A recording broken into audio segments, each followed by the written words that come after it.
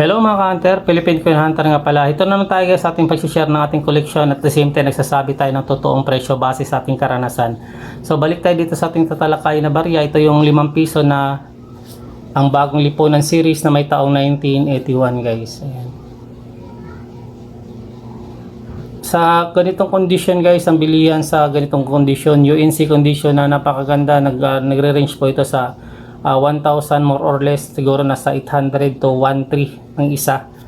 Semi hard to find din to na barya ng Marcos na 5 piso 1981 guys. Ayan, napakaganda ng kondisyon nito. So sa Marcos coin, mga kolektor, ang hinahanap po talaga nila kadalasan is UNC condition, yung halos walang gas-gas na po talaga, gawa ng ang daming nilabas si Marcos na mga coin guys, na mga iba-iba klaseng or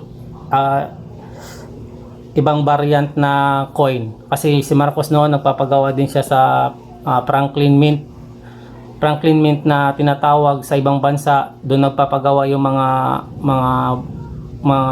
iba-ibang bansa guys, especially sa mga commemorative coin, kasi doon sobrang ganda ng mga pulido yung paggawa. Tapos mayroon ding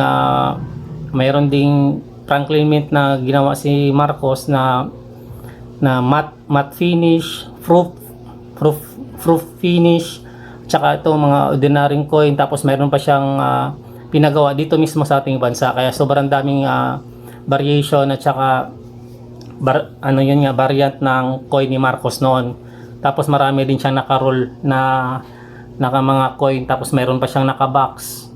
Ang daming klase-klase po talagang ginawa ni Marcos noon na pera. Kasi parang sa time niya ata pagandahan natin ng coin ng noon, parang yun ang napansin ko. Sa ibang bansa din nagpapagandahan sila ng barya noon. Hanggang ngayon naman nagpapagandahan pa rin. Pero iba kasi nung time ni Marcos talagang. So ayan, maraming salamat sa panonood. Philippine Coin Hunter nga pala.